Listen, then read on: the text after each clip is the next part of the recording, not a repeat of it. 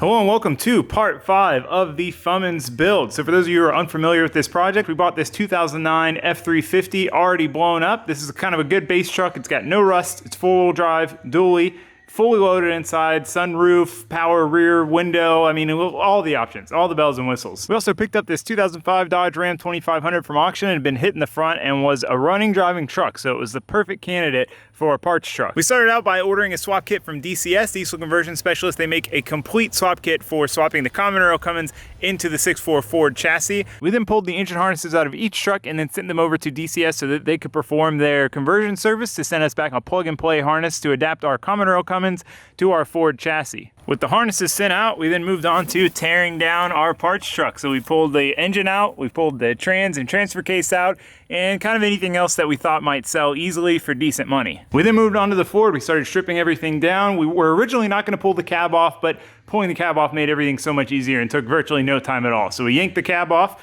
we yanked the old boat anchor of a 6.4 engine out, and now it is time for the real fun stuff. We're going to be putting the Cummins in this truck today. So what we need to do is pull this engine out, get our transmission adapter plate on, get our motor mounts on our chassis. We'll be moving the trans back about 3 inches to get the engine a little further back since it's longer being an inline 6, so we'll need to disconnect our drive shafts, put the trans back to the further back mounting holes, get the engine in, and really start kind of going from there. Maybe set the chassis down, figure out a firewall clearance, start figuring out exhaust, just try to figure everything out that we can right now with the engine as it is, because we are going to be refreshing this engine, upgrading it, and all of that stuff before we put it in for the final time. So this is essentially the test install / figure out all the odds and ends. So let's get started.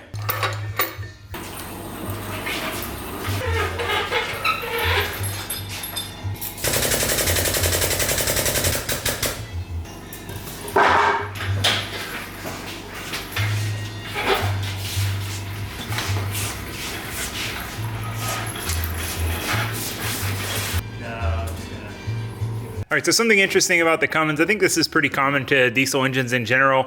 Like a gas engine, usually the bell housing mounting area is built into the block, whereas at least on the Cummins, it bolts on. So it's a very simple mounting system, and then you bolt on the plate to use whichever transmission you're gonna use. So that makes it really easy for these swaps, like, because you're basically just bolting on a different version of this. So we're gonna take the flex plate off, take this off, and then fit up our adapter plate.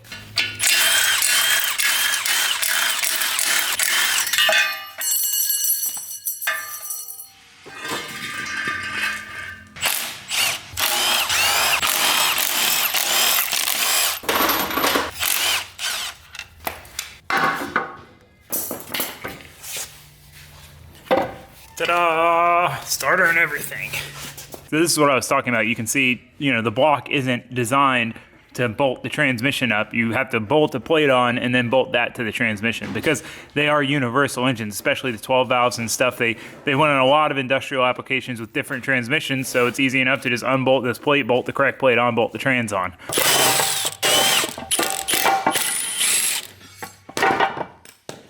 So here we have our stock Cummins transmission plate. This is to bolt to our transmission that came in the Dodge. And here is our aftermarket Diesel Conversion Specialist unit to bolt to the 5R110 that's in our Ford. So easy as that. Unbolt that one, bolt this one off. It's got an O-ring seal for the cam. You can see here, this is where the cam is. But anyway, enough jibber jabber, let's get this stuff on. So with this, we use the Ford starter. Obviously this is dirty, we will clean this up, but we're just putting all this on for test fitting purposes right now, so we're not gonna worry about it.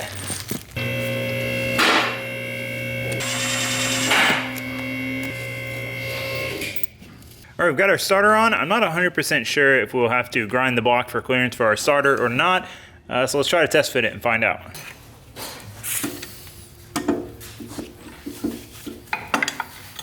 Oh yeah. Sure need to grind the block some.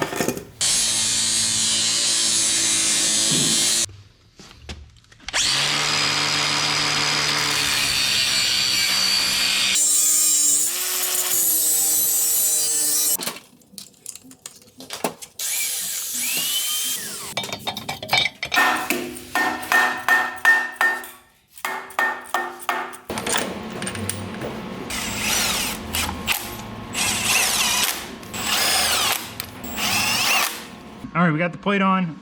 try to put the starter in now.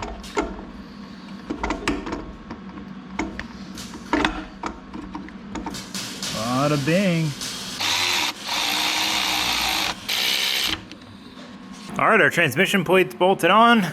Our block is clearanced and our starter is bolted on. We're all good there. I'm not gonna put the flex plate on for the test fit just because I think it'll complicate things. I just wanna get it roughly bolted to the transmission with about 2 bolts for the test fit. I'm not worried about engaging it on the converter and any of that stuff because I know this stuff's gonna fit correctly. So the next thing I wanna tackle is moving the transmission mount back. Ben, check this out, you ready? Yeah. I need to move the truck some, so I'm just gonna... Isn't that crazy? Makes sense. Because the gear reduction. Yeah. It's just wild to me. Alright, so what we're doing now is we're going to take both the drive shafts off because we cannot move the trans back. We at least can't move the trans back with this rear one connected because it's solid to the carrier bearing, so there's not a lot of slide in it. The front one might be able to stay on, but I'm going to take it off anyway.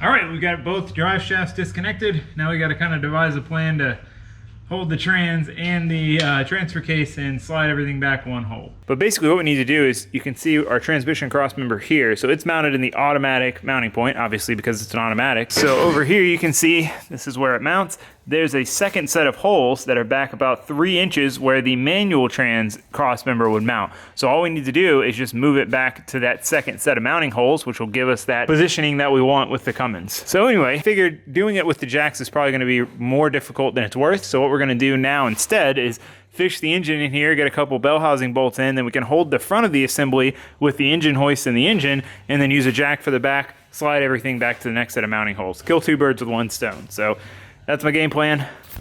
Let's try it out.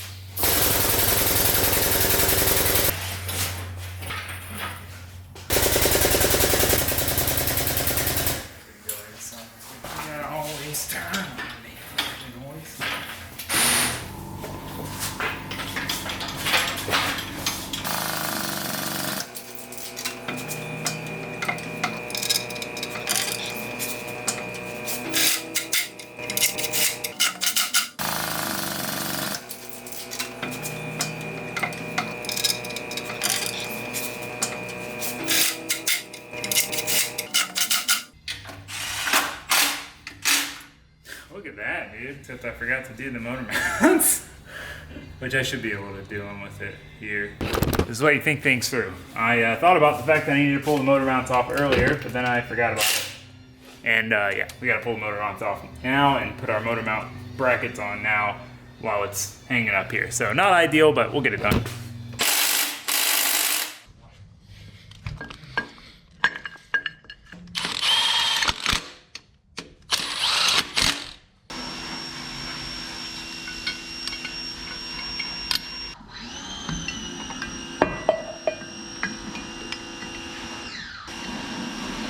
All right, so we got both motor mounts on. So now we're just gonna kind of drop it down to support the weight on the frame here. I'm not gonna try to bolt them up just yet. All right, so we've got the weight off the engine. We've got it just kind of sitting down on the motor mounts just to hold it for now while we mess with the trans, but that's roughly where it's gonna be. It's gonna be back some and down a little bit more, but that gives you an idea where it's gonna be. So now we need to move on to the trans. We got a jack down under the cross member. So now we're just going to start unbolting the trans mount and see if we can get it to slide back without too much issue.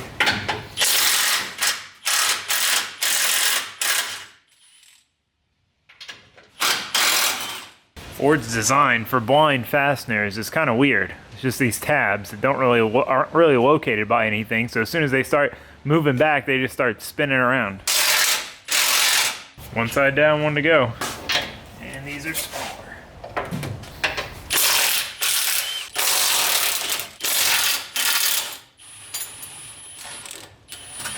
Alright, we're unbolted. We'll need to go up on this side to get those. Let's see if I can get those studs out.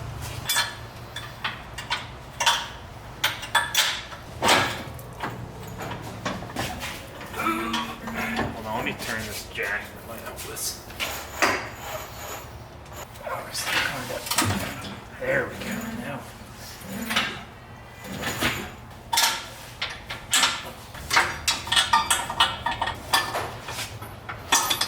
All right, I've got this side of the trans mount in, so I'm going to try to tighten it up some, and then we'll try to get the other side to line up.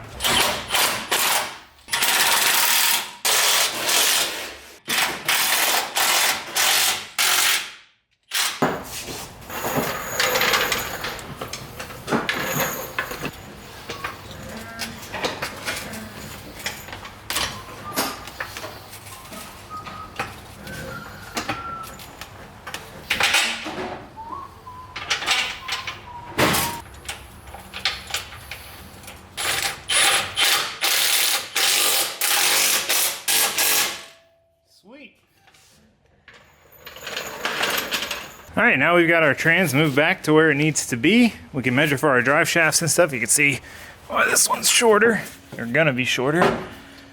Anyway, now I wanna move on to actually mounting the engine up. So it looks like we'll have to move these mounts forward a little bit. So yeah, let's get those bolted in. So we don't have any of the weight on the engine. Everything's still loose. Makes it easy to slide our bolts into place here.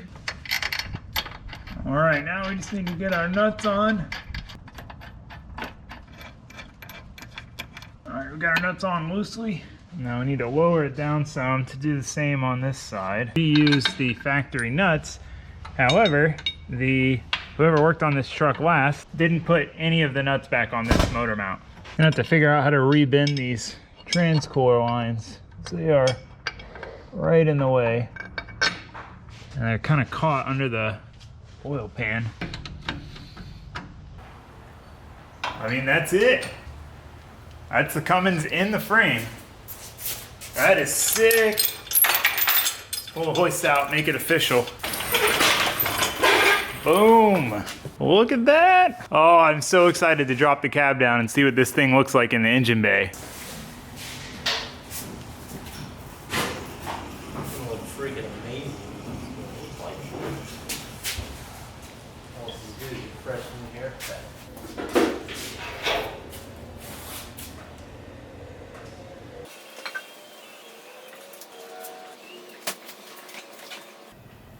I think it's over too far. Right? It's too far left. Yeah. It's a little scary,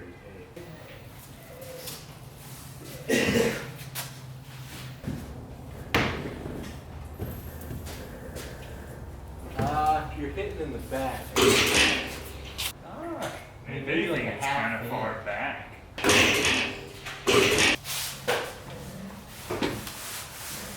Oh, there's very big. Yeah.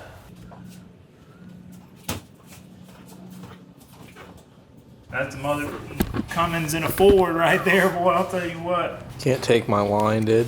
Yeah, it's kind of funny because there's normally a V8 in here. There's a lot more width. Yeah. Alrighty, well, Cummins test fit number 1 is done, I guess, technically. So, ran into a few little problems. We're hitting at the back a little bit. There's plenty of room on the trans mount. The trans mount is essentially all the way back right now, so we can move, and then we have adjustability on our motor mount. So we can move the motor forward. I'm probably gonna move it forward 1/2 inch to 1 inch. I think that'll solve our clearance there because we're just touching on the firewall. Maybe 1/2 inch is really all we need. There's a hose, like a hard line hose that goes around the back there, and that's kind of catching on the firewall, but that's easy enough. It's connected with rubber at each end, so I can do pretty much anything to get that thing to clear, no problem there. Yeah, I mean, otherwise, everything fits really, really good. Like checking it all out, there's honestly a lot of room in here. Obviously because there was a big V8 in here before instead of it being designed around an inline 6-cylinder. So we have all this extra room, it seems, on the sides. Granted, we don't have a lot of the stuff in here like the battery box here and the radiator and the intercooler and the AC compressor and the 7 million other coolers this truck has. But I mean, all in all, fits really, really good. Really good. The other thing we need to do when we pull this back up is we need to rebend our transcooler lines. and get those to clear the mount a little better. They're not pinched right now, but it'll be better. We'll be better off if we can get them up. There's a provision for them to mount to the DCS motor mount, so I want to kind of get them up and mounted to that. Yeah, other than that, I mean, we don't really have any problems. It went really smooth. Looks so kind of crazy to see that thing in the Ford. Like, it's kind of weird because you can't, you know, it's like you got to shut the hood really to get the full effect, and then realize, oh yeah, this is indeed a Ford. Let's open the hood. Oh, there's a Cummins in the Ford. Otherwise, it just looks like any other engine bay.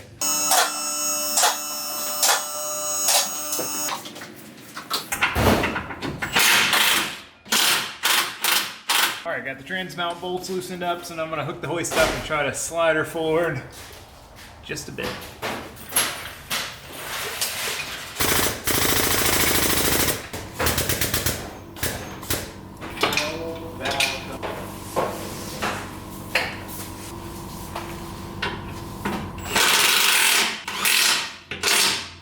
About a 1/2 inch.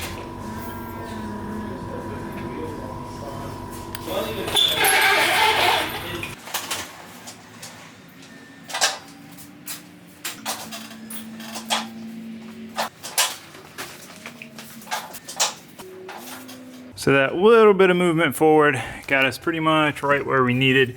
You can see the valve cover is kind of touching this reflective heat shielding stuff, but I can squish my finger between it. So we're good back there. That hose right there that gets caught under the cab, basically I just need to bend it forward to get it to be outside of that little pinch weld area. So that's easy enough. And past that, you see our AC lines right where they need to be. Transcooler lines, I still need to bend the transcooler lines down here, but I'm gonna do that once I pull the engine out of the subframe, or out of the frame. Chassis, whatever you want to call it. So now I want to start trying to mock up some other stuff. Just basically the goal is to figure out if we're going to run into any clearance issues, anything where we need to change something, I'd like to figure it out now, not on the final install.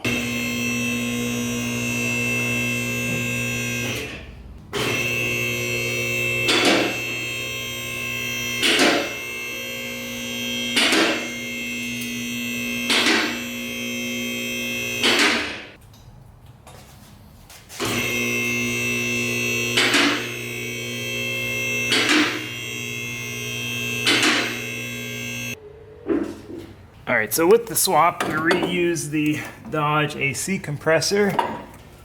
So we do have a clearance issue with our trans lines. We'll need to bend those down some and get them out of the way enough just to bolt her on.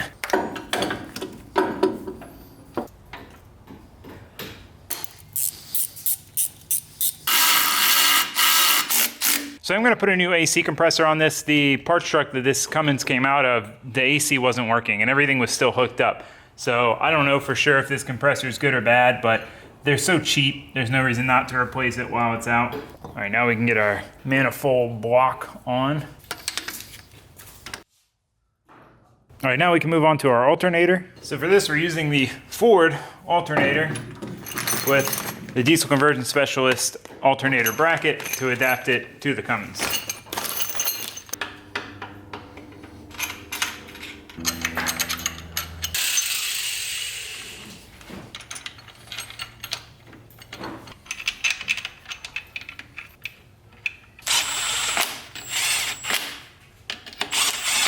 All right, there's the alternator. Last thing we need is power steering pump.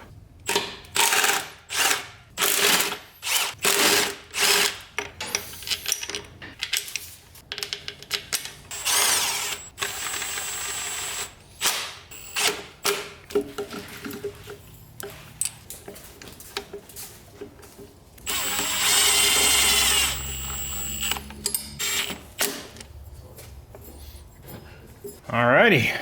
Power steering pump's on. We'll have to figure out our line routing when the time comes. Well, this is what it looks like with all the accessories on. We got our alternator, our AC compressor, our power steering pump. So I left the line hooked up. It can swivel like 360 degrees. Definitely gonna be way too long. This is the Ford pump, but originally it was mounted up here on the Ford engine. You can see right here. That's where it would mount.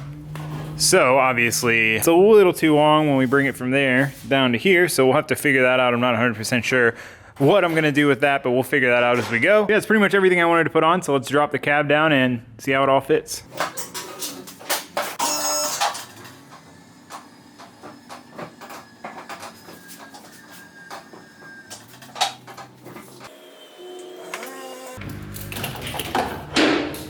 All right, everything fits good. No clearance issues anywhere. I mean, I figured there wouldn't be. DCS did design this kit and test all this stuff out, but I just wanted to make sure if we had any clearance issues or anything, we could address them now, get them over with, and then that way when we're on the final assembly, we hopefully don't run into too many hiccups or slowdowns. So, you know, we'll have to make our AC lines. Essentially, we've got that manifold block, and we're going to cut those lines and just weld them to the new lines. They slide over and then come up to this rib, so they'll be real easy to weld. So that'll be cake.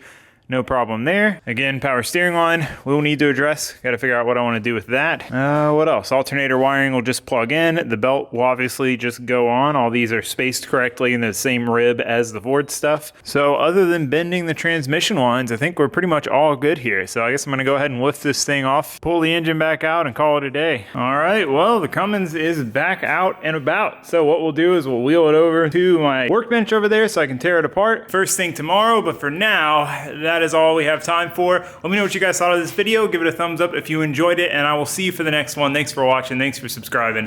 Goodbye.